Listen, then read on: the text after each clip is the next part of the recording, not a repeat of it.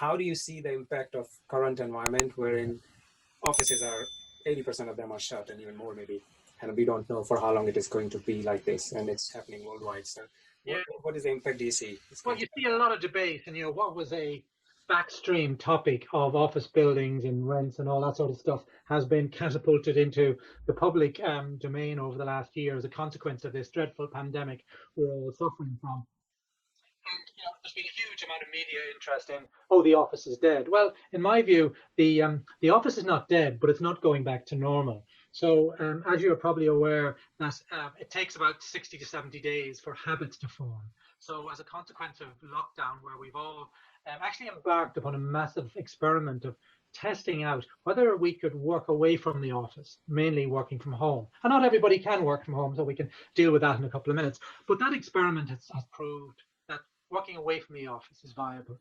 And all it has done really in the last year or so is confirm what's been happening progressively and quietly over the last 20 years when people, as a consequence of technology, have become untethered from the desk.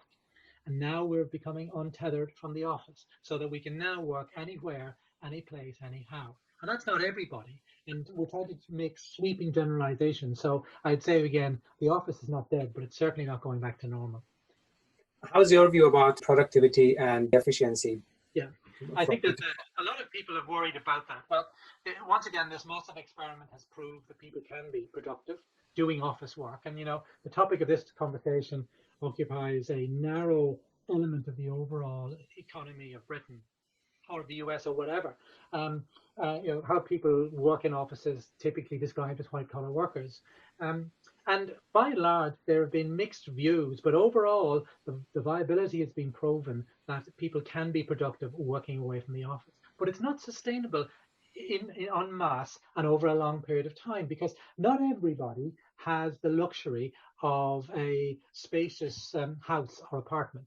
Many people have only one or two bedrooms in their apartments. They may not even have a balcony. They may have a young family. Their partner may also be working. So that's posed huge challenges. But despite all of that, people seemed to have been quite adaptable in all of this.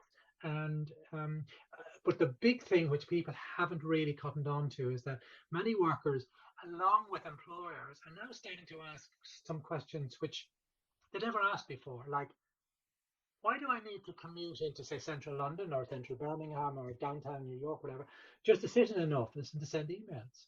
What's the risk? How is it that this working environment of enforced lockdown has actually given me an opportunity to be a better parent? So there's some really big issues here, along with the traditional ones of cost and risk and all that side of things.